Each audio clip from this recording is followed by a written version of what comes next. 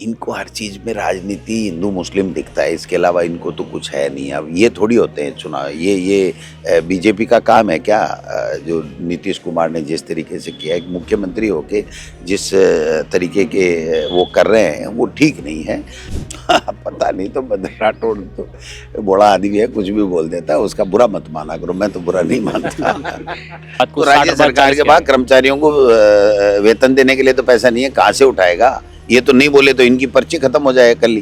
करोड़ कर्ज में डूबा हुआ है, अरे एक तरफ कह रहे हैं हम बाहर उठा लेंगे, कहाँ से उठा लेंगे? केंद्र तो नहीं उठा पा रहा है। केंद्र में आप देखिए 23% बजट का खर्चा नहीं हुआ और उसमें से भी हजारों करोड़ रुपए बकाया, 5,000 करोड़ रुपए से ज्यादा का पैसा राजस्थान का मनरेगा में बकाया पड़ा है। 2 साल कांग्रेस के 5 साल पर भारी बता रहे। देखिए, सबसे पहले तो मैं प्रदेशवासियों को नववर्ष की बहुत बहुत बधाई और शुभकामनाएं देना चाहता हूं और ईश्वर से प्रार्थना करता हूं कि सबको सुखी रखे और हम सब मिलकर के राजस्थान कैसे प्रगति करे, लोगों की समस्याओं का कैसे समाधान हो, इस दिशा में हम लोग काम करेंगे।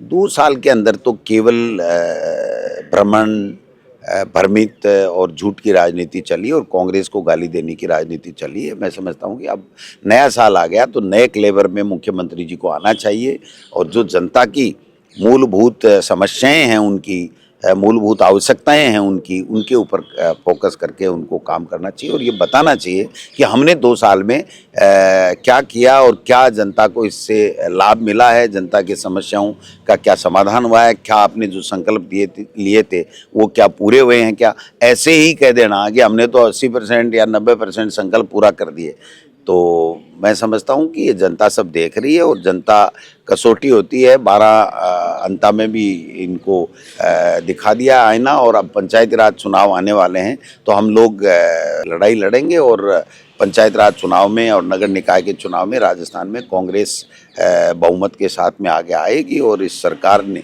का जो कुशासन है उसको बताएगी कि आपने 2 साल में केवल और केवल कांग्रेस को गाली देने के अलावा कुछ नहीं किया। सर, नगर निकाय चुनाव में नई गाइडलाइन जारी हुई है कि बुर्का को हटाकर अब पहचान बतानी होगी मतदाता देते टाइम। इनको हर चीज़ में राजनीति हिंदू मुस्लिम दिखता है, इसके अलावा इनको तो कुछ है नहीं। अब ये थोड़ी होते हैं चुनाव, ये बीजेपी का काम है क्या? जो नीतीश कुमार ने जिस तरीके से किया, एक मुख्यमंत्री होके जिस तरीके के वो कर रहे हैं वो ठीक नहीं है।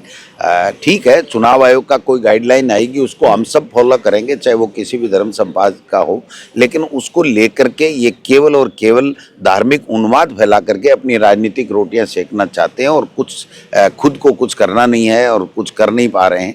केवल मोदी जी का गुणगान करने से राजस्थान का विकास नहीं होगा। ये गुणगान तो अपनी कुर्सी बचाने के लिए कर रहे हैं। जनता की समस्याओं का समाधान जब करेंगे तब पता चलेगा कि इन्होंने कुछ किया है। प्रदेश अध्यक्ष मदन राठौड़ ने 2 दिन पहले ये कहा था कि डोटासरा जी की पर्ची जाने वाली है। किस बात को लेकर ऐसा कुछ कह रहे हैं? पता नहीं, तो बद्री राठौड़ तो बड़ा आदमी है, कुछ भी बोल देता है, उसका बुरा मत माना करो, मैं तो बुरा नहीं मानता।